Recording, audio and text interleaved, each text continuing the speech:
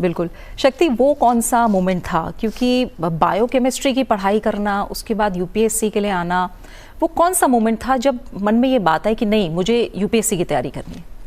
अगर मैं अपनी बात करूं तो ये सपना तो पापा का था, क्योंकि पापा पुलिस डिपार्टमेंट में काम करते हैं यूपी पुलिस के साथ। तो वो सपना बहुत ही बचपन में कभी उन्होंने देखा था, बट नॉर्मल स्टूडेंट्स की तरह हम भी जब 11th-12th में बात आई स्ट्रीम चूज़ करने की, तो मेरा सपना था कि मैं डॉक्टर बनूंगी। तो मैंने बायो की स्ट्रीम चूज़ करी।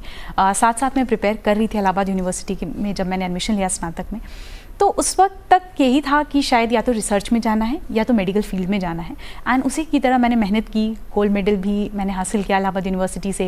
सिमिलरली मैं बनारस हिंदू यूनिवर्सिटी गई। जब मैं वहाँ गई तो हमारा 6 मंथ का डिजर्टेशन वर्क होता है, जहाँ हमें रिसर्च, प्रॉपर एक रिसर्च एटमॉस्फेयर दिया जाता है।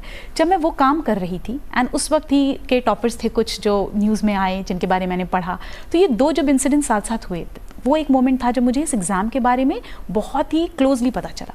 फिर मैंने रिसर्च शुरू करी कि क्या जॉब प्रोफाइल है, क्या इसमें अपॉर्चुनिटीज़ मिलती हैं, एंड तब मुझे समझ आया कि अगर मैं साइंस स्ट्रीम में जाती हूँ, डेफिनेटली वो लोग भी देश की सेवा ही कर रहे हैं, उसमें ही कंट्रीब्यूट कर रहे हैं, बट वो एक बहुत ही स्पेसिफिक फील्ड है जिसमें वो काम कर रहे हैं, और यूपीएससी के थ्रू जो हमें अपॉर्चुनिटी मिलती है वो बहुत ही डाइवर्स है। तो तब मैंने मन बनाया कि इस एग्ज़ाम को देकर तो देखेंगे, अपनी पूरी कोशिश करेंगे, पूरी मेहनत से। तो इस तरीके से यूपीएससी का डिसीजन लिया गया था। बिल्कुल।